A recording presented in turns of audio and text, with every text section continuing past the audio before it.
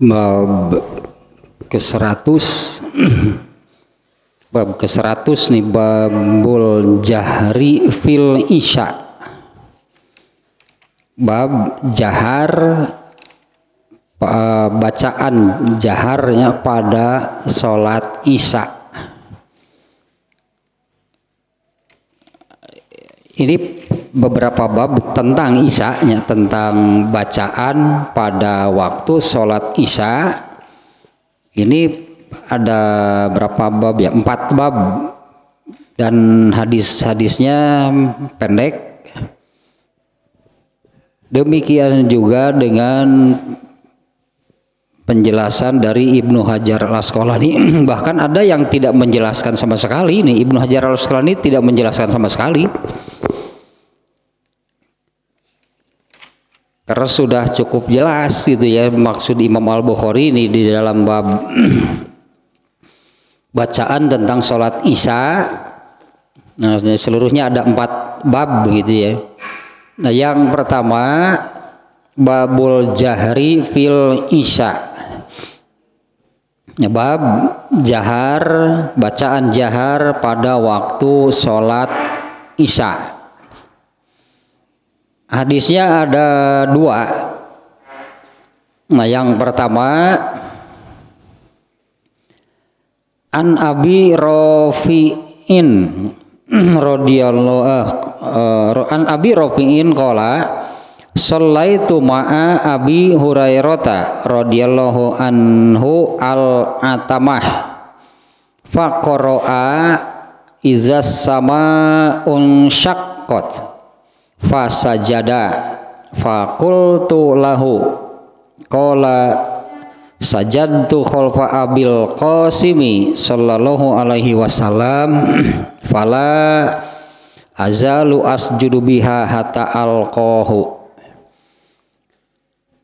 Hadis yang pertama ya dari Abu Rafi, ia berkata, aku pernah sholat bersama Abu Hurairah, yaitu sholat isya. Ia membacanya, Abu Hurairah membaca surat Al-Insyiqaq.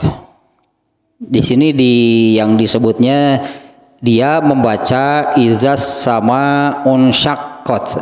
Nah, ini ayat pertamanya dari surat Al-Insyiqaq. Fasajada, kemudian ia sujud. Faqultu lahu, ya setelah selesai sholat aku bertanya kepadanya, kepada Abu Hurairah, jadi mengapa sujud? Qala sajadtu khalfa Abil Qasimi sallallahu alaihi wasallam. Nah, aku juga pernah sujud di belakang Abul Qasim, yaitu Abul Qasim, yaitu Rasulullah SAW. Fala azalu asjudu biha hatta alqahu. Maka saya akan terus menerus sujud dengan ayat tersebut hingga aku menemuinya.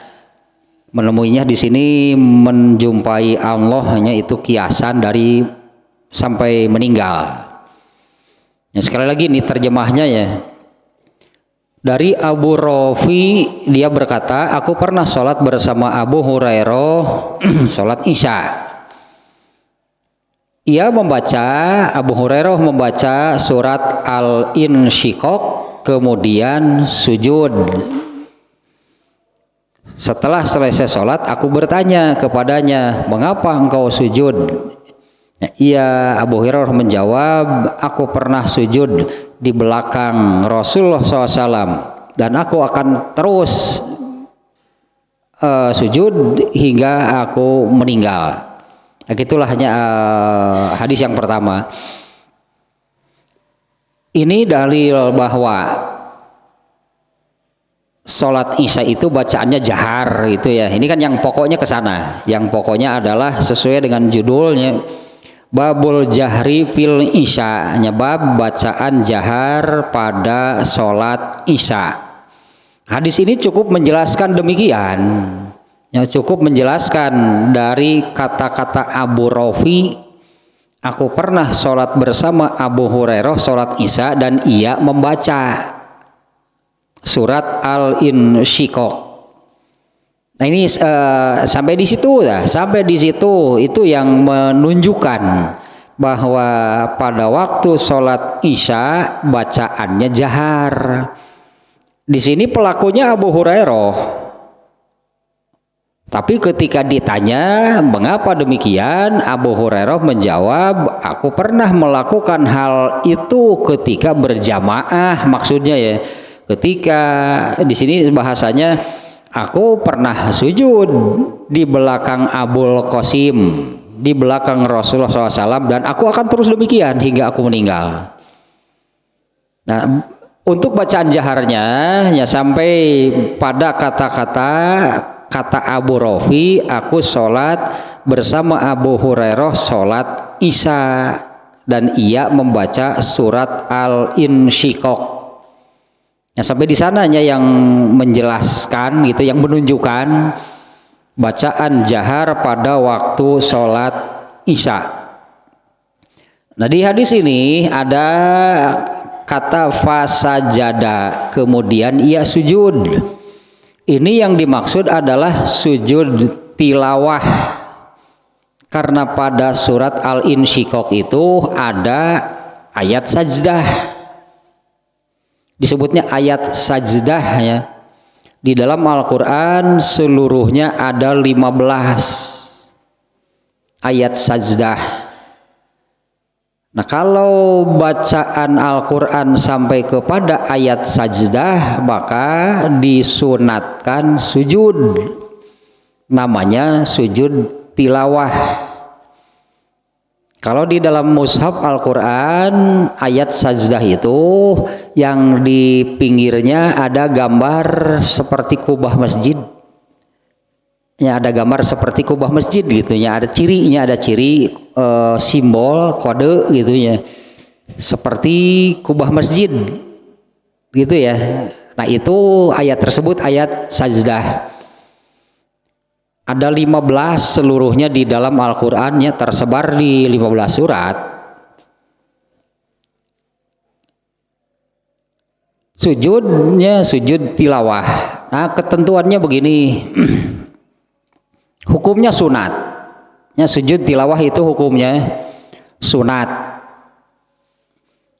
Dan sujud tilawah ini berlaku apakah bacaan Qur'annya itu di dalam sholat ataupun di luar sholat.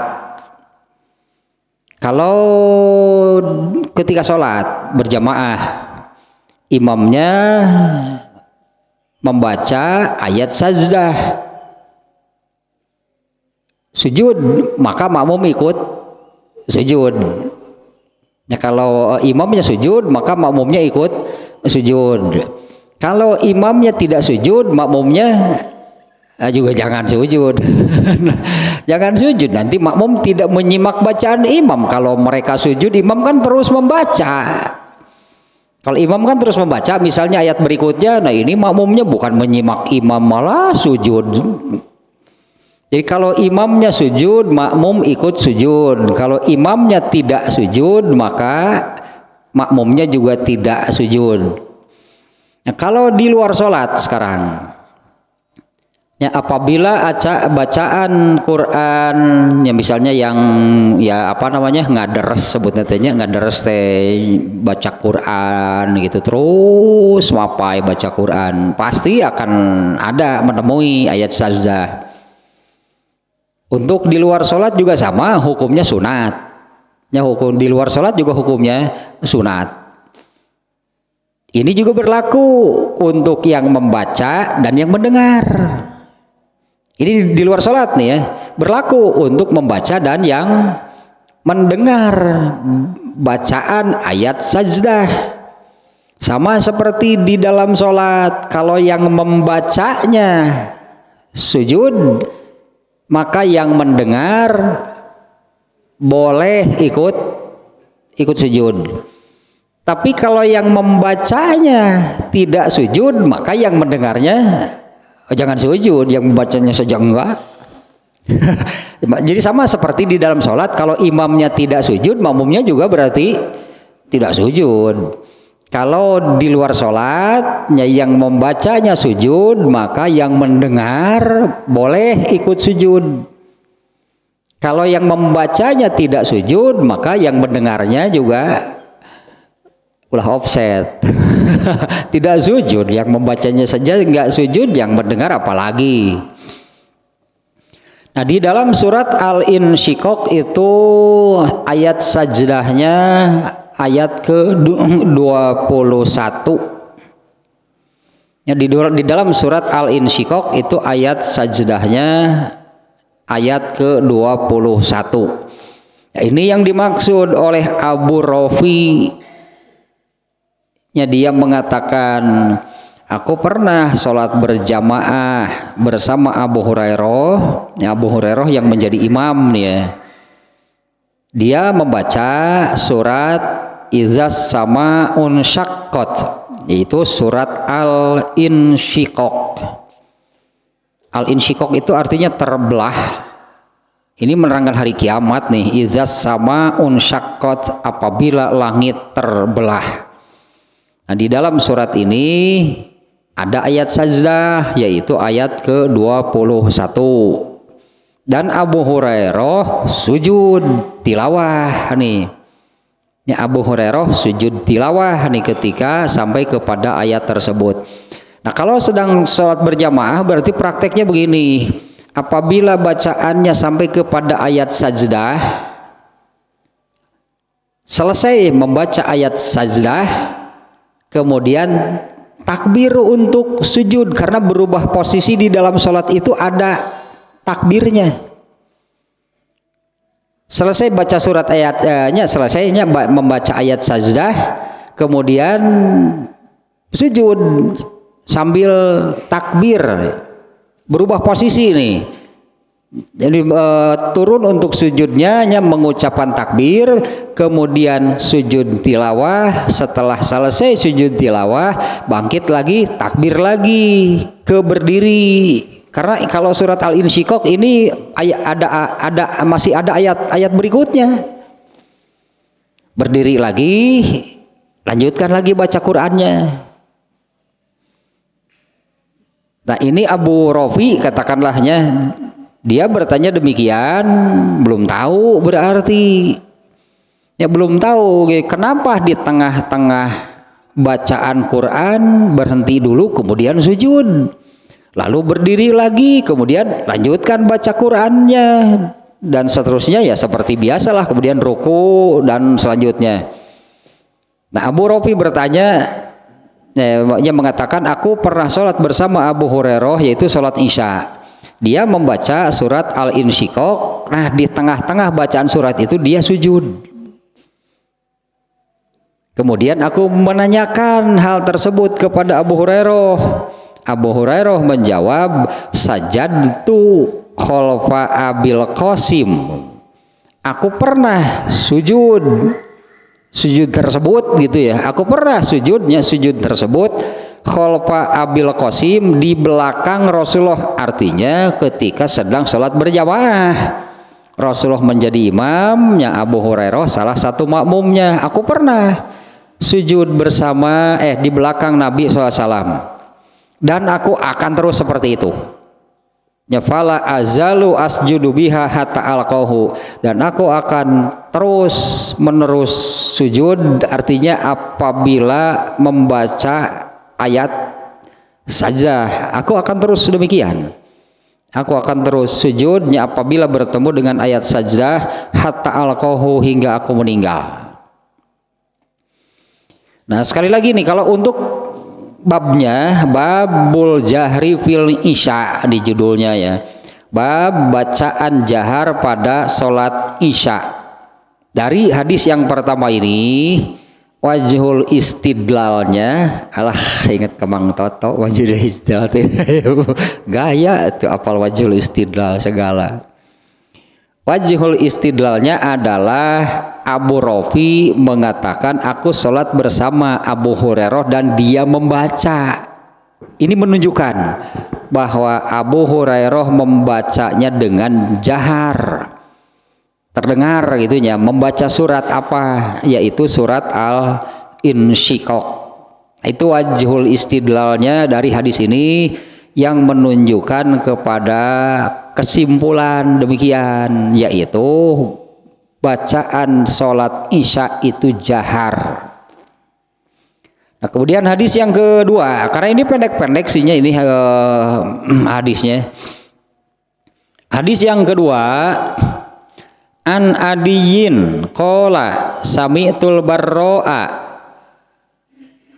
radhiyallahu anhu anna nabiyya sallallahu alaihi wasallama kana fi safarin faqara'a fil isya'i fi ihdar raq'ataini bitini wa zaitun. Sok nyerbut kieu nya, tara nyerbut judul suratnya. Sok nyerbut teh kieu baca surat bitini. Jadi surat bitini itu. Fi ihdar raq'ataini bitini wa zaitun. Nah, sampai di sana hadisnya nih. Dari Al-Barra saja nih sahabatnya, dari Al-Barra semoga Allah meridhoinya, ia berkata Nabi SAW dalam satu safar beliau membaca pada waktu sholat isya di salah satu rakaatnya surat At-Tin. Tak itulah ianya hadisnya dari Al-Barra semoga Allah meridhoinya, dia berkata Nabi SAW yang pernah pada satu safar ketika sholat isya di salah satu rakaatnya membaca surat At-Tin. Ini juga sama wajhul istidlalnya gitu ya. Dari hadis ini yang menunjukkan bahwa sholat isya itu bacaannya jahar adalah dari perkataan Al-Barra yang ini menunjukkan mendengar. Ya, ini menunjukkan dia mendengar Nabi baca apa. Ya, kalau terdengar berarti kan jahar. Ya, kalau terdengar itu berarti jaharnya bacaan, ya namanya terdengar pasti kan jahar kan, definisi jahar itu kan ada suara gitu kan yang keluar. Ya, bacaan jahar itu kan membaca dengan mulut gitunya, membaca dengan mulut dan ada suara yang keluar. Nah, kalau ada suara yang keluar ya pasti terdengar. Kan bukan soal keras atau pelannya suara tersebut. Jahar itu ada suara yang keluar, dan Al-Barra mengatakan seperti ini. Ya, hadis ini menunjukkan Al-Barra mendengar bacaan Nabi, artinya Nabi membacanya dengan jahar. Dan bacaan jahar itu kan hanya pada 2 rakaat pertama kan ya, bisi jahar teh siga tarawih opatanana jahar. Ya, kalau sholat tarawih kan 4 rakaatnya kan jahar. Ya, rakaat ke-1, ke-2, ke-3, ke-4 kan jahar semuanya. Nah, kalau sholat isya yang jahar itu hanya 2 rakaat pertama, di mana di 2 rakaat tersebut membaca Fatihah dan surat. Adapun di 2 rakaat berikutnya bacaannya hanya Fatihah dan dibaca dengan sir. Jadi sapotong jahar, sapotong sir, 2 ewang lah gitulah. 2 ewang bagi-bagi gitu. Yang 2 rakaat pertama jahar, 2 rakaat yang terakhirnya sir. Nah, untuk bab ke-100 ini ya dengan judul Babul Jahri fil Isya, nah 2 hadisnya itu sudah cukup jelas. Yang menunjukkan demikian bacaan pada sholat isya itu jahar. Di sini yang disebut surat. Pada ayat yang pertama yang disebut baca surat apa? Pada hadis yang pertama kan yang disebut baca surat anu, berarti jahar dengan suratnya. Kemudian pada hadis kedua juga yang disebut itu adalah Rasulullah membaca pada waktu safar, membaca di salah satu rokaatnya membaca surat At-Tin. Berarti jahar nih ya. Surat yang disebut itu dibaca dengan jahar. Fatihahna kumaha? Pasti Fatihahna mah. Karena yang pokok kan Fatihah di setiap rokaat. Ternyata dengan disebut baca surat anu, nah ini dibaca suratnya dibaca jahar, apalagi Fatihahnya. Ya, adapun pada rakaat kedua, ketiga dan keempat yang hanya membaca Fatihah itu dibaca dengan sir. Jadi sekali lagi nih ya mengulang nih. Pembagian bacaan jahar dan sir di dalam sholat wajib itu kan sudah ditentukan. Yang jahar dibaca jahar, yang sir dibaca sir. Nah, jangan sampai terbalik. Karena ada yang ketika sholat maghrib semuanya sir. Kebanyakan kalau yang mengerjakan sholatnya sendirian, nah kenapa jadi sir? Ya kebanyakan yang ketika kalau sholatnya sendirian, bahkan sudah lama juga sini ya waktu anak-anak lah pernah mengalami ada orang yang sholat maghrib sendirian, dia sir, saya sendirinya nih yang mengalami, lalu saya masbuk, begitu saya datang kemudian dia jadi jahar, padahal sebelumnya dia baca sir ketika sendirian, dia membaca salat bacaan pada maghribnya salatnya sir, kemudian saya masuk jadi berdua gitu kan berdampingan itu berdua mah. Nah ketika saya masuk, nah kemudian ini jadi bacaannya dikeraskan, nah dibedakan itu. Padahal kan bacaan jahar dan sir bukan karena sholat munfarid atau berjamaah, bukan, kan memang sudah ditetapkan. Bacaan untuk salat wajib itu yang mana yang jahar, yang mana yang sir. Artinya kesalahan tersebut itu banyak terjadi, yaitu yang ketentuannya jahar tapi dibaca sir. Yang sebaliknya ada nggak? Ada nggak sadar? Hari itu mah sadar gitu, bacaannya sir itu dia sadar, dia membacanya sir. Banyak yang tidak sadar kalau yang sebaliknya. Sholat zuhur tapi ada suara yang keluar, dan setiap kali sholat seperti itu. Itu karena dari salah asuhan. Salah asuhan itu mah karena banyak yang menerangkan kalau sir itu pelan, bukan tanpa suara. Banyaknya yang mengajarkan demikian, sir itu pelan. Jadi mereka tidak merasa jahar.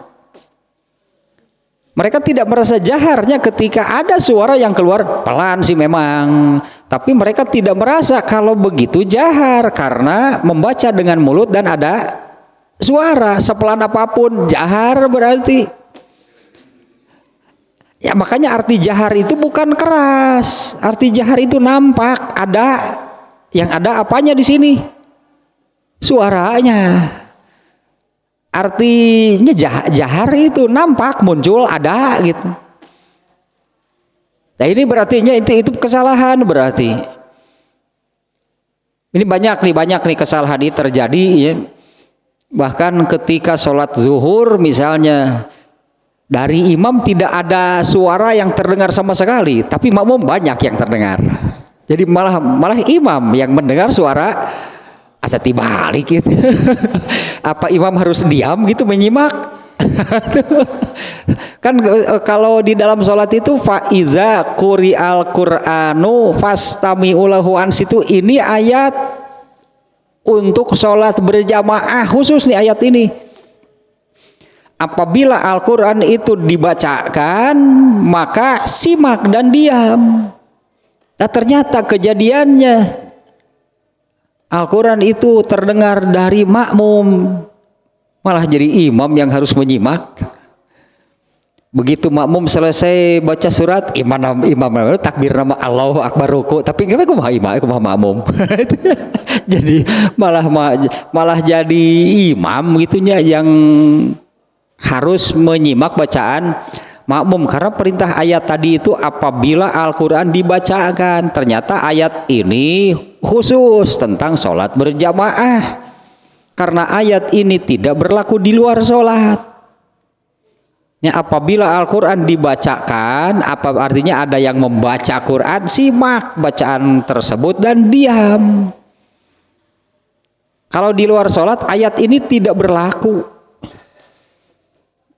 Ya, di luar sholat tidak berlaku nih perintah tersebutnya. Apabila Quran dibaca maka simak dan diam.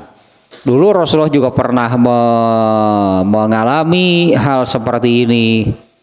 Rasulullah SAW malam hari lewat rumah Abu Bakar.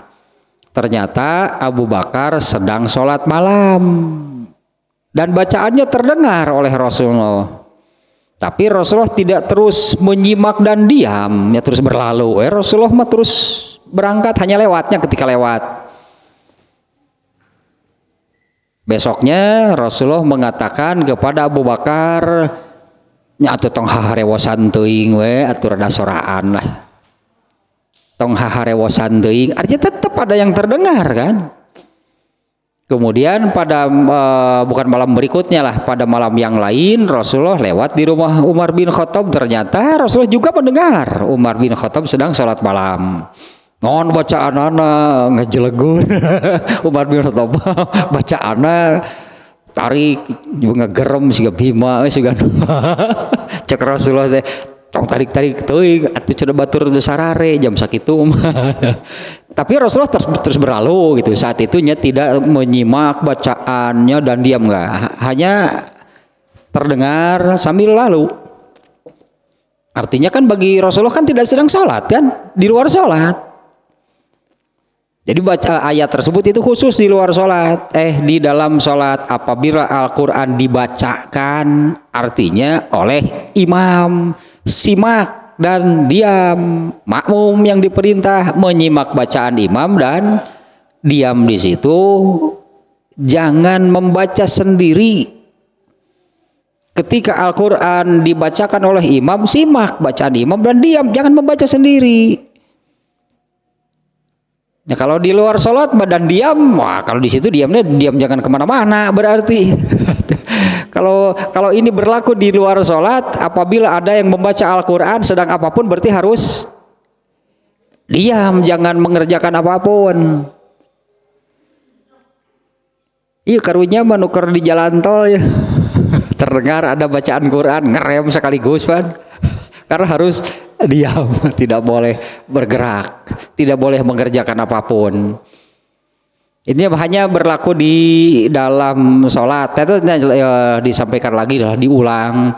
Bacaan jahar dan sir di dalam sholat wajib sudah ditentukan, jangan terbalik. Kalau prakteknya gitunya sering kita mendapati seharusnya sir tapi ada suara yang terdengar, itu jahar namanya. Bukan soal keras dan pelannya, bukan tinggi atau rendahnya volume suara yang keluar, bukan. Nah yang berikutnya nih, ini yang berikutnya ya, bab berikutnya nih ya, karena ini pendek-pendek nih. Bahkan di bab berikutnya Imam Ibnu Hajar al-Asqalani di sini nggak ngomong apa-apa, malah nggak menerangkan apa-apa, hanya menerangkan soal sanad. Bab ke-101 judulnya Babul Qiraati fil Isya'i bisajdah. Lu tadi di hadis nanti. Kalau dalam hadis kalau dalam bab sebelumnya yang tadi ya kurang baca hadisnya, ternyata ini hadisnya sama nih. An Abi Rafi itu kan dibaca udah sama kene. An Abi Rafi'in, ya dari Abu Rafi radhiyallahu anhu, dia berkata, "Sholaitu ma'a Abi Hurairah al-atamata faqara'a iza samaun syaqqat fasajada." Faqultu ma hazihi. Ya mungkin ini ada beda sedikit yang ini nih. qala sajadtu biha khalfa Abil Qasimi sallallahu alaihi wasallam fala azalu asjudu biha hatta alqahu. Ya ada sedikit pisan eta tentang pertanyaannya, kalau di sini sujud apa ini? Nah, redaksinya demikian gitu. Kalau di hadis yang sebelumnya aku menanyakannya kepada Abu Hurairah, gitu ya Bunggul. Kalau di sini dengan redaksi ma hazihi, ini apa? Maksudnya ini sujud apa? Karena kan ini sujud kan dilakukan di tengah-tengah ketika sedang membaca suratnya, membaca surat di dalam sholat sampai kepada ayat ke-21. Ini ayat sajdahnya. Setelah beres ayat 21 sujud dulu, tidak langsung ke ayat berikutnya ayat 22, tapi sujud dulu. Nah ini yang ditanyakan, ma hazihi, ini sujud apa? Jawabannya sama seperti yang tadi. Nah dalam bab ini Imam Al-Bukhari membuat judulnya adalah Babul Qiraati fil Isya'i bisajdah. Bab membaca pada waktu sholat Isya dengan bacaan surat atau ayat yang di sana ada ayat sajdah.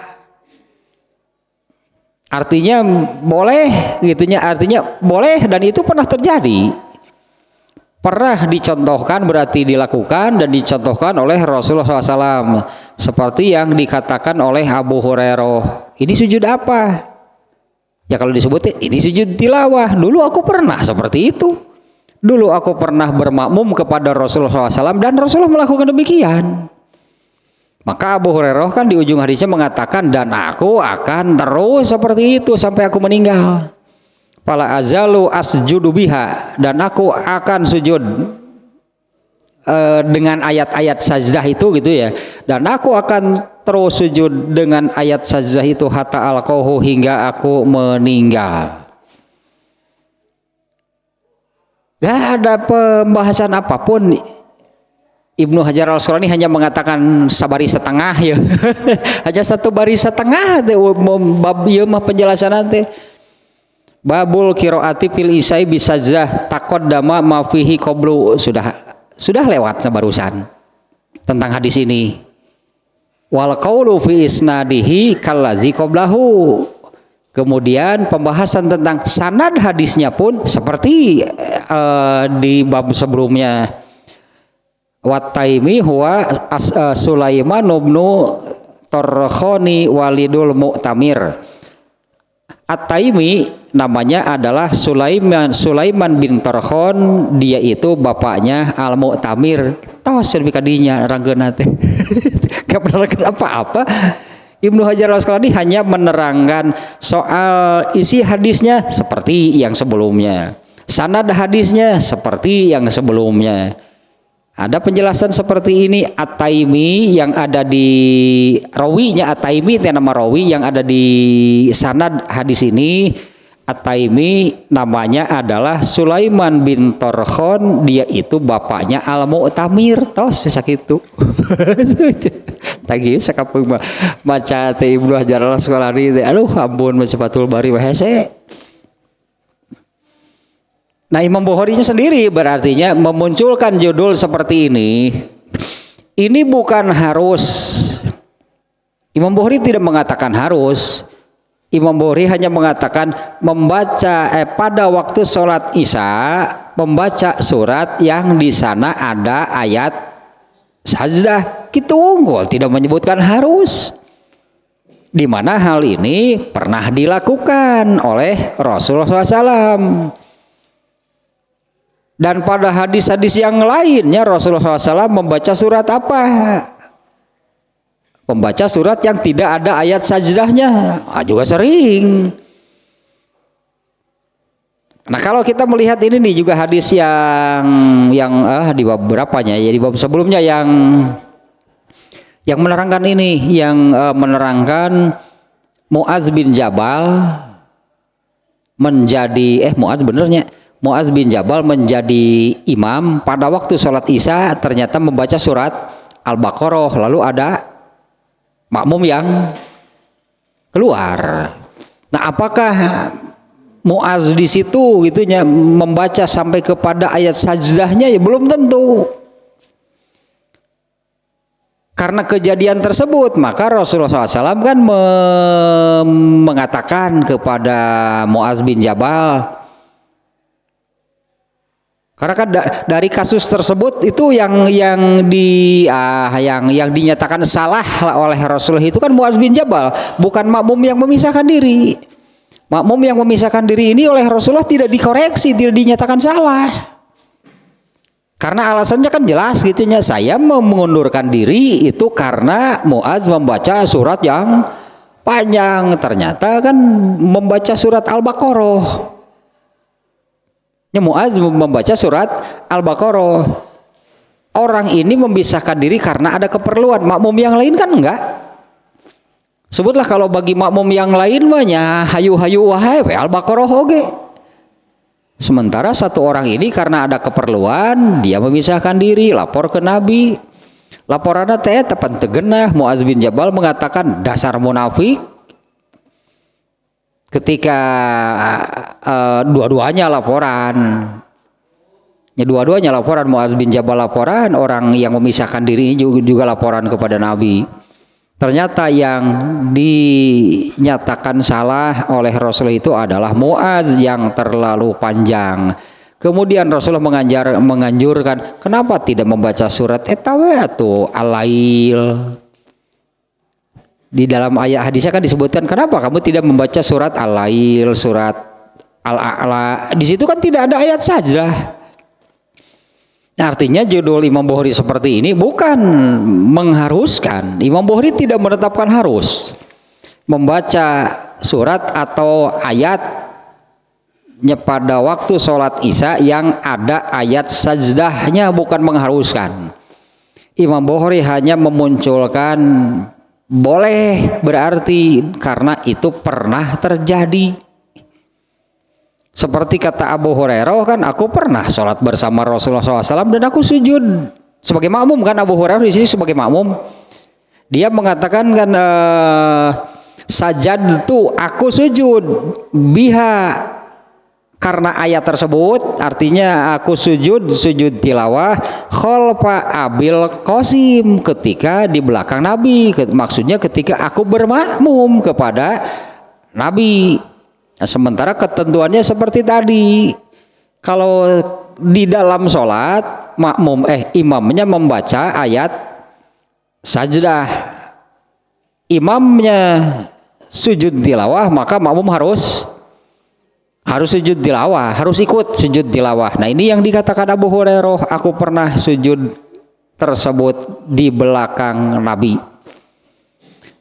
Tak itu bab ke-101 di sini juga nggak ada penjelasan. Imam Bukhari memunculkan seperti ini kan dengan hadis seperti ini, hanya memunculkan boleh berarti. Dan bukan hanya pada waktu sholat isya, pada waktu sholat manapun kalau membaca ayat sajdah atau pada sholat manapun boleh gitunya membaca surat atau ayat sajdah. Tapi sampai hari ini yang bertanya seperti ini masih banyak. Yang bertanya seperti Abu Rafi kan bertanya kepada Abu Hurairah, tadi itu sujud apa? Karena tidak tahu kan. Lalu Abu Hurairah kan menjelaskan, aku pernah sujud, yang kemudian sujud tersebut diberi nama sujud tilawah. Abu Hurairah enggak menyebut nama tersebut. Aku pernah sujud dengan ayat tersebut di belakang Nabi. Kemudian sujud tersebut dinamai sujud tilawah. Sampai hari ini masih banyak kalau imamnya sujud tilawah makmum bingung. Sampai hari ini masih banyak imamnya Allahu Akbar sujud tilawah, makmum ruku. Makmumnya ruku. Ketika imamnya bangkit Allahu Akbar, kenapa bukan sami Allah ya? Kenapa bukan sami Allahu liman hamidah? Kalau yang tahu tentang ayat sajdah, tahu tentang sujud tilawah tapi tidak tahu yang dibaca itu ayat sajdah. Paling kemudian buru-buru sadar, oh barusan itu sujud tilawah. Kenapa saya mesti malah ruku? Ya karena kan imamnya nggak kelihatan.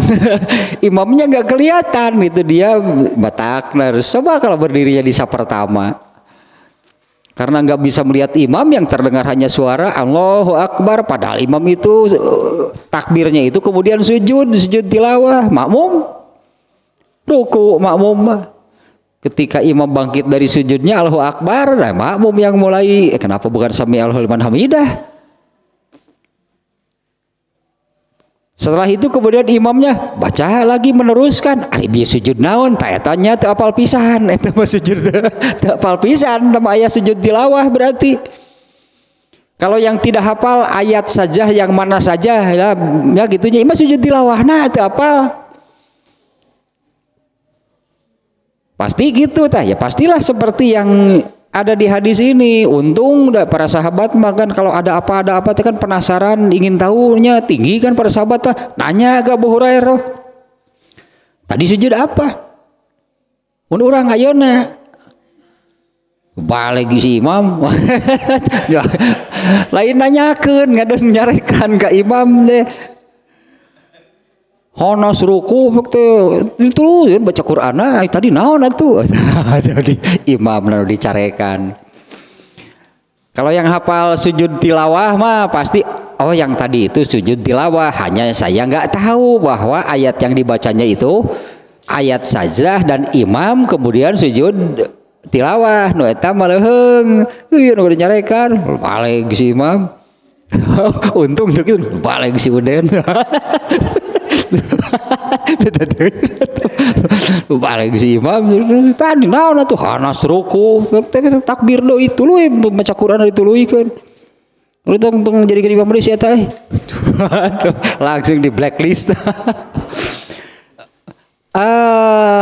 Nah karena belum merata mungkin ini belum merata gitu pengetahuan tentang ayat sajdah dan ada sujud tilawah hanya apabila bacaan sampai kepada ayat tersebut.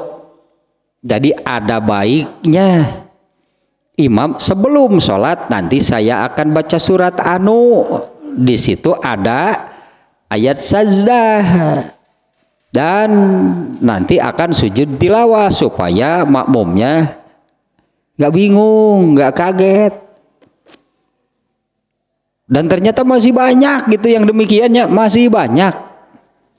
Bukan tidak hafal yang mana saja ayat saja, ini tentang adanya sujud tilawah itu masih banyak, makanya bingung. Ya, yang barusan juga wajar karena tidak tahu bahwa ini ayat sajdah, imam takbir sujud, makmumnya ruku. Tapi kemudian imamnya kan bangkit dari sujud tilawahnya Allahu Akbar, makmumnya oh nu bieu teh sujud tilawah, wan leuheung eta mah.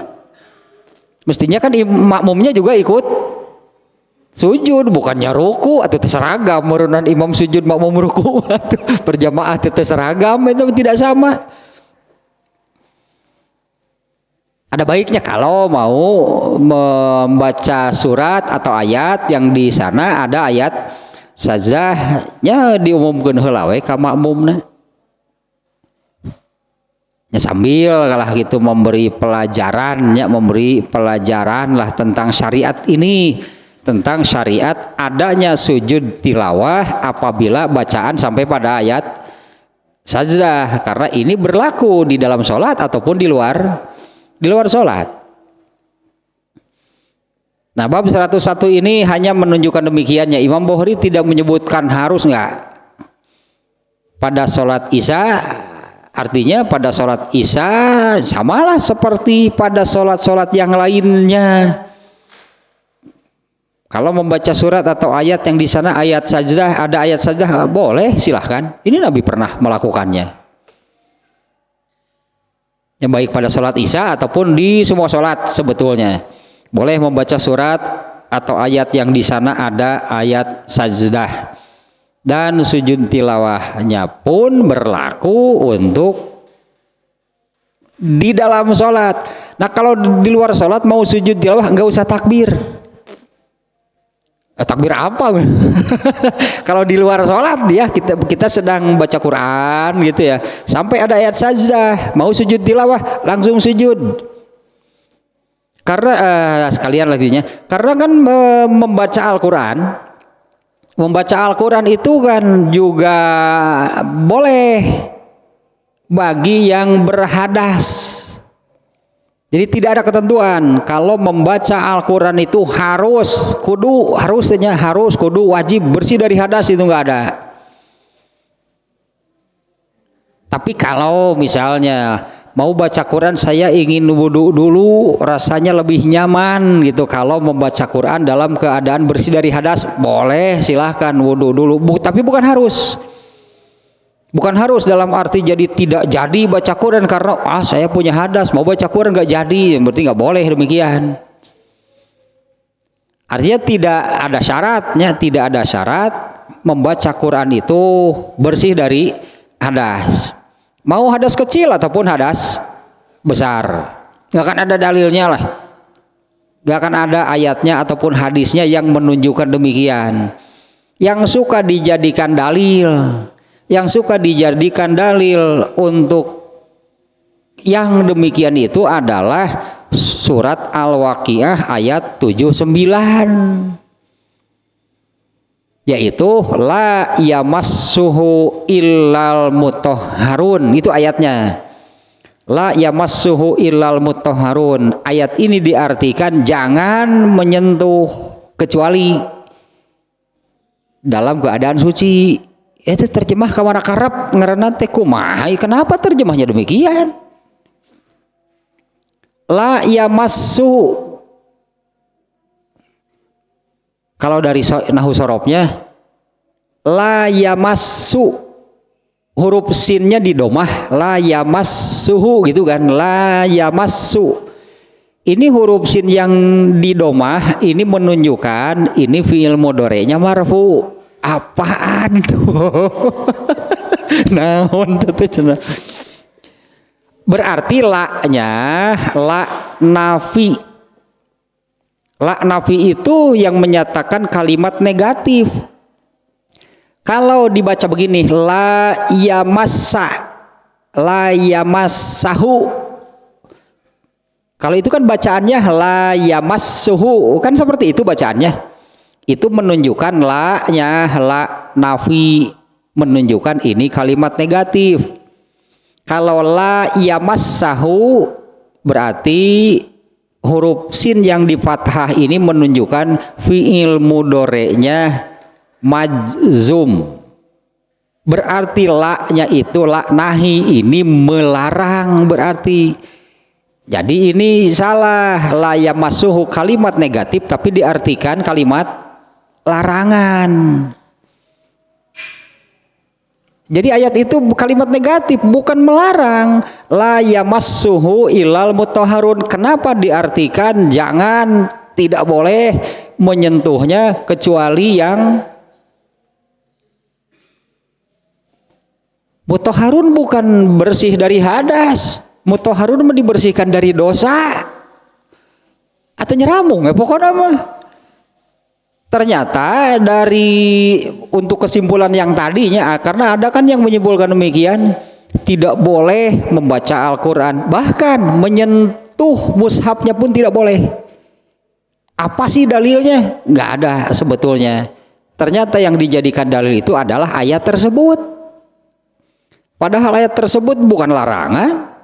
Ayat tersebut itu kalimat negatif, tidak menyentuhnya kecuali yang disucikan, bukan yang suci, bukan yang bersih. Jika itu bedakannya antara transitif dan intransitif,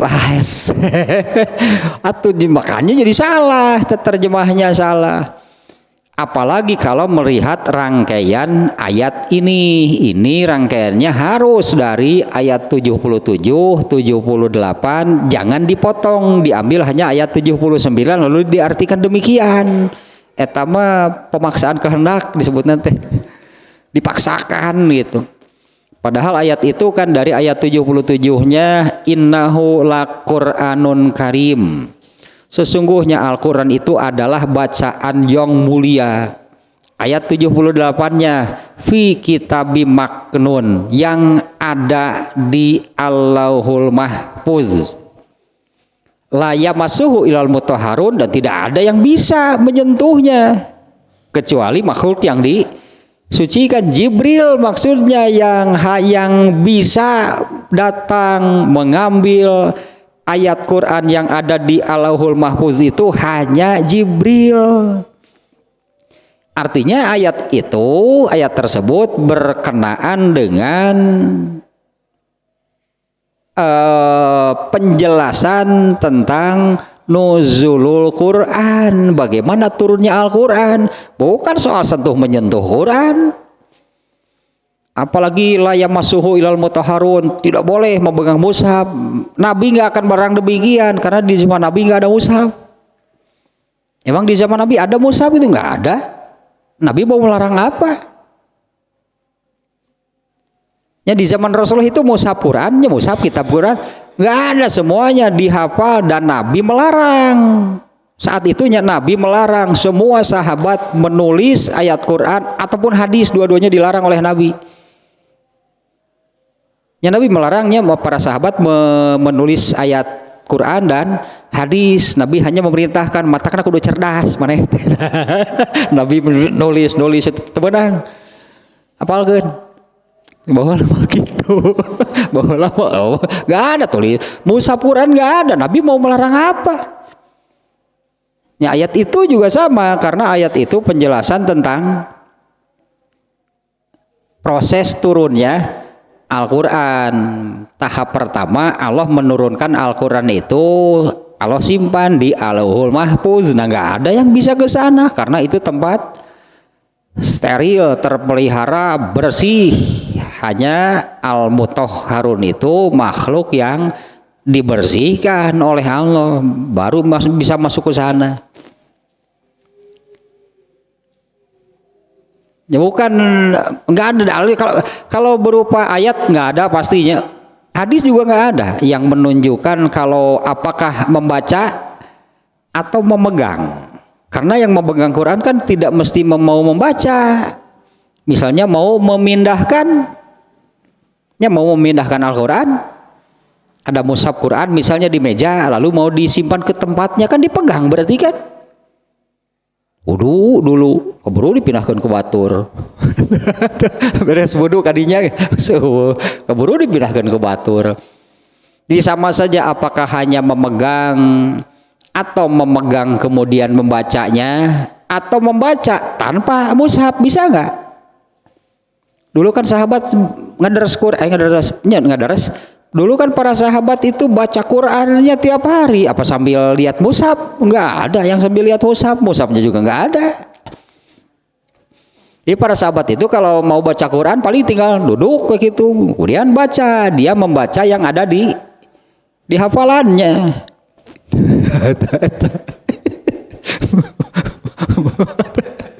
Jadi ingatkan ayat. Ini masalahnya kalau di jamban kamar mandi gitu. Iya gara-gara kalau di jamban atau kamar mandi yang ada tempat buang air besarnya. Sekarang ini kan kamar mandi atau jamban umumnya di kita di situ kan kamar mandi yang di situ juga ada. Umumnya kan begitu kan, bukannya khusus itu tempat buang air besar, ini tempat mandi enggak, tapi disitulahnya. Nah kalau wudhu di dalam jamban yang ada tempat buang air besarnya, boleh baca bismillah? Boleh baca bismillah enggak? Karena kan bacaan sebelum wudhu bismillah. Kemudian setelah wudhu 2 kalimat syahadatnya, bacaan bukan doa nih. Bacaan sebelum wudhu bismillah, bacaan setelah wudhu 2 kalimat syahadat. Wudhunya di dalam kamar mandi yang ada tempat buang air besarnya. Jadi baca mau wudhu di sana boleh baca bismillah enggak? dengan alasan ada yang mengatakan oh gak boleh karena di situ ada tempat buang air besarnya. Jadi bismillahnya kapan? Di luar. Jadi ini bismillah mau masuk jamban atau mau wudhu?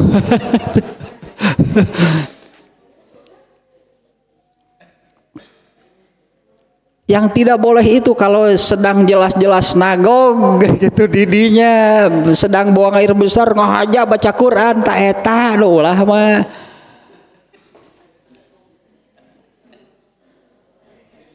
Sini kertapa, sih kertapa wes husu atuh. Hari kertapa mah. Aku juga ingat mengetang baca Quran biasa getara. Aku didinya pakai jeung kadadak pakai jeung hayang baca Quran, di luar itu saja enggak pernah.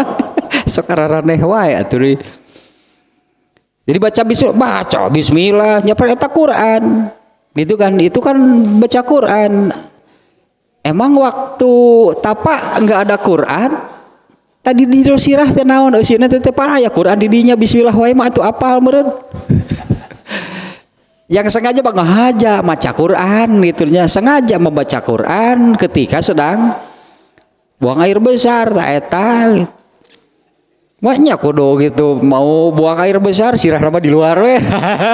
Da di dia ya aya atuh ari kulhu wae mah apal. Berarti ada Quran di kepala. Dulu para sahabat kan Quran ada di kepalanya kan, di hafalannya, karena bukan di mushaf. Di Quran tuh menang dibawa ke jamban, nyari mau mushaf ke jamban mah ulah atuh nanaonan lah hari teh sok. Tau geuning pun teu nanaon berarti menangnya mau Quran ke jamban, rek naon baca ka dinya curang teh. Rek naon mau Quran ke jamban. Ya dulu di zaman Rasulullah kan mushaf tidak ada, para sahabat itu hafal Quran. Kalau mereka pergi ke goit Qurannya ikut gak? Nya goit teh pacilingan bahasa orang mah khusus tempat buang air besar. Orang Madinah semuanya kalau buang air besar ke goit, sebutannya asal nama tempat, goit itu nama tempat. Itu sampai dijadikan ayat Al-Qur'an, "Ao jaa ahadun minkum minal goit," atau kalian pulang dari goit, maksudnya buang air besar tah. Nah waktu pergi ke goit, Qurannya ikut nggak? Ya ikut, karena Quran itu ada di kepalanya. Mau kapacilingan bawa mushaf Quran, dah no gelo, curang itu rek baca Quran gitu di dinya rek naon. Nah kalau itu jelas itu nggak boleh. Ya artinya kalau tadi maksudnya kalau baca bismillah di dalam wudu di kamar mandi nggak ada kloset, baca bismillahnya. Jadi baca bismillahnya di luar. Jadi ini bismillah mau masuk jamban karena pekerjaannya itu kan masuk jamban dulu kan. Sementara masuk jamban kan ada bacaannya sendiri, ada doanya sendiri. Bismillahullah sebelum masuk jamban. Nah, itu jadi bismillah sebelum masuk jamban jadinya. Kemudian membaca 2 kalimat syahadatnya setelah di luar. Tah eta teh sok sapotong deui, eta teh nu kitu teh. Ada yang mengatakan oh, berarti baca bismillahnya di luar, sok teu diterangkeun ari maca syahadatna di dalam geura. Padahal samalah gitu eta tehnya sama itu dua-duanya bacaan sebelum wudu, kemudian satu lagi bacaan setelah wudu. Dibaca kapan? Ya sebelum dan setelah wudu, bukan sebelum dan setelah keluar kamar mandi.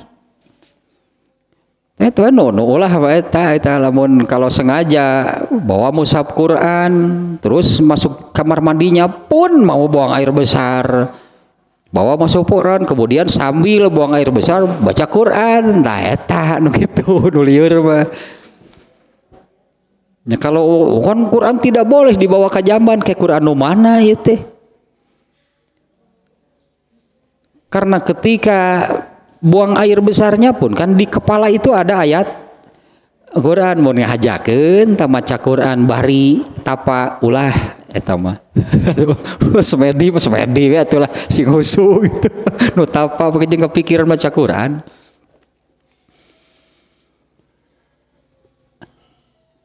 Dah 2 lagi gitu nya ya teh, tapi dah hadisnya eta keneh di itu nya. Bab ke 102 nya babul qiraati fil isya. Sebelumnya babul jahri fil isya. Ini babul qiraati fil isya, bab bacaan pada waktu sholat isya. Ibnu Hajar al Asqalani ini hanya memberi komentar. Sudah lalu juga hadisnya, yaitu hadis yang kedua di bab ke-100 yaitu Rasulullah membaca surat At-Tin. Tadi kan hadis kedua no eta. Rasulullah membaca surat At-Tin pada waktu sholat isya. Ada perbedaan redaksi sedikit nih di hadis ini. Al-Barro di sama Al-Barro mengatakan, aku mendengar Nabi sallallahu alaihi wasallam membaca surat Wat-Tini waz-Zaitun fil isya pada waktu sholat isya. Nah ini nih penjelasan ini yang tambahannya, sebelumnya nggak ada di bab sebelumnya. Masami'tu ahadan ahsana sautan minhu aw qiraatan. Aku tidak pernah mendengar seorang pun yang suaranya atau bacaannya lebih baik dari Nabi. Artinya Nabi paling enak gitunya suaranya, juga bacaan Qur'annya nya ada sumber nah atau eta mah. Ya iyalah, karena Nabi kan sumbernya kan ya sumber Al-Qur'an kan dari Nabi. Ternyata Nabi pun pokoknya soal Al-Qur'an gitunya. Soal Al-Qur'an itu segala-galanya diajari oleh malaikat Jibril. Ya termasuk ini bacaannya lagu nanti mana ti malaikat Jibril. Ya bacaannya juga dari malaikat Jibril, karena setelah dibakukan ilmunya kan jadi ilmu tajwid geuning kitu maca Quran teh. Beda kan dengan bacaan narasi gitunya, bacaan narasi biasa kan itu nggak ada lagunya, disebut teh tidak ada lagunya kalau membaca sebuah narasi. Kalau baca Quran ada lagunya. Lagu nanti kumaha, nu panjang dibaca panjang, nu pondok dibaca pondok, nu baca syadah dibaca double, jadi lagu sendiri. Ya kalau yang panjang dibaca panjang kan ya, yang pendek dibaca pendek kan, yang panjang juga beragam, ada yang 2 harokat, ada yang 4, ada yang 6, ada yang unlimited. Bacaan panjangnya itu yang di ujung mad arid li sukun bebas sok sabeak napasnya kadinya. Itu jadi itu nya kitu lagu nah Al-Qur'an teh. Yang panjang dibaca panjang, yang pendek dibaca pendek, yang ada syadahnya dibaca double gitu kan, bacaannya double. Kalau ada nun mati menghadapi apa bunyinya begini, lagu eta teh. Nah Al-Barro mengatakan, aku tidak pernah mendengar siapapun yang suaranya ataupun bacaannya lebih indah dari Nabi. Kalau di antara para sahabat yang terkenal bacaannya bagus itu satu yang paling yang paling bagus, yang paling indah, yang paling baik bacaan Qur'annya Ibnu Mas'ud. Kemudian Zaid bin Sabit, Ubay bin Ka'ab, ini enak di bacaan Qur'annya. Bilal Maduka, bukan Bilal, sate teh, anu ngimpi adan teh, Abdullah bin Zaid.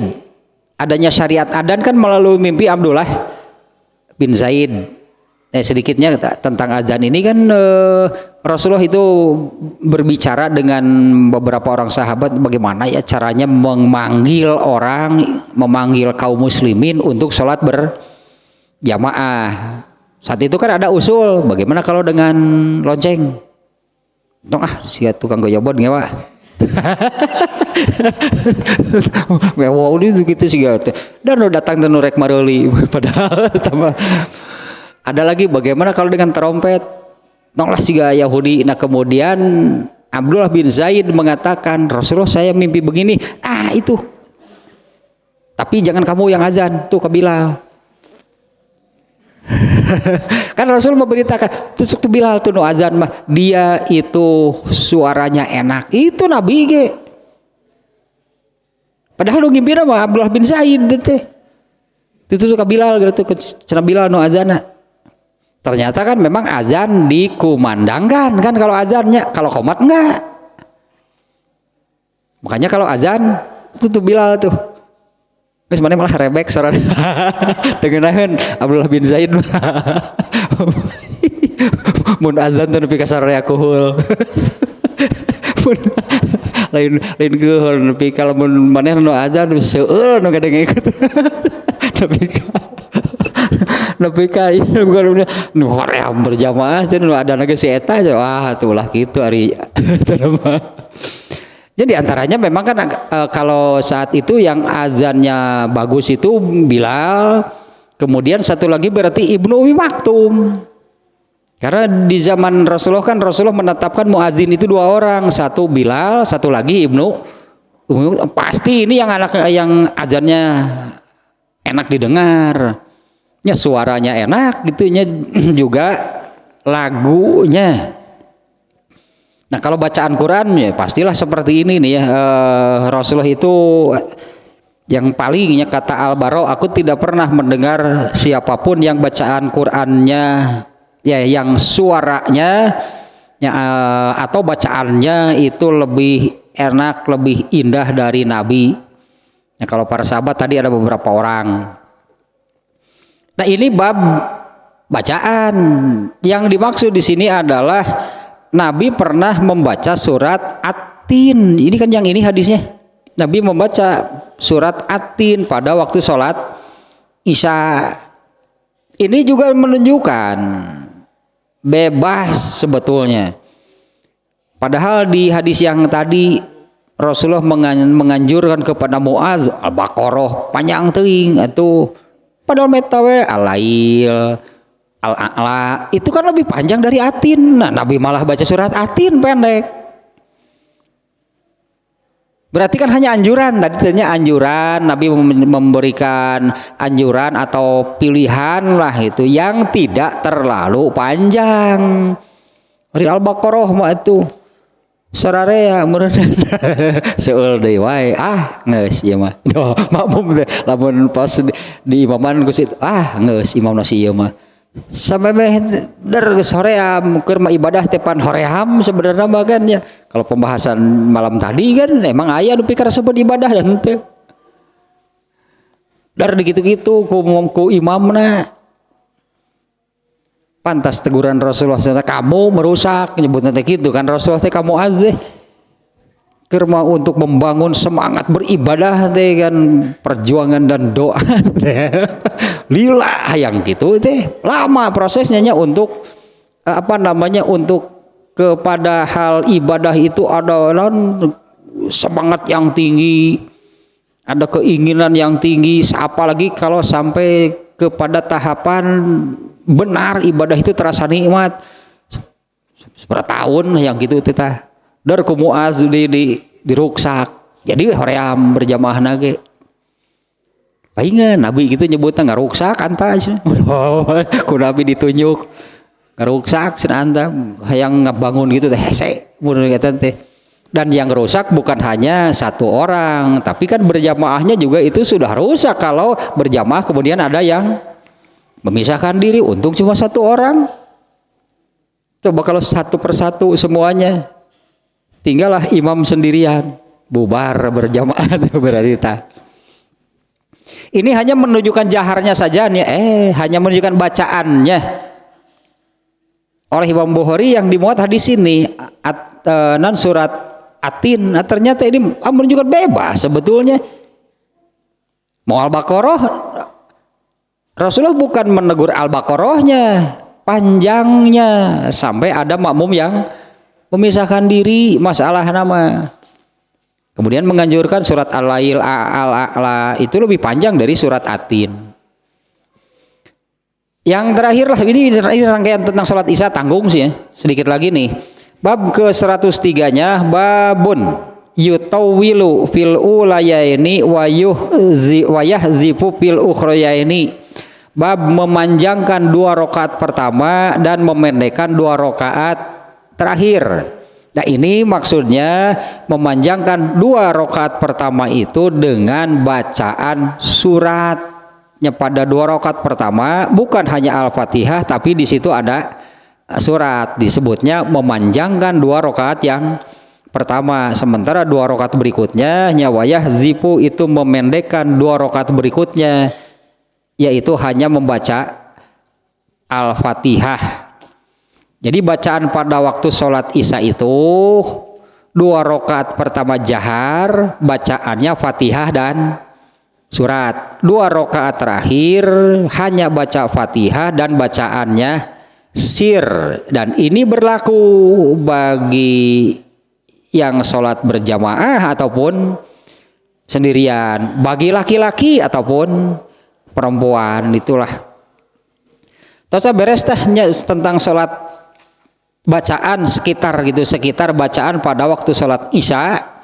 Imam Bukhari memulainya dengan bab jahar pada waktu sholat Isya, kemudian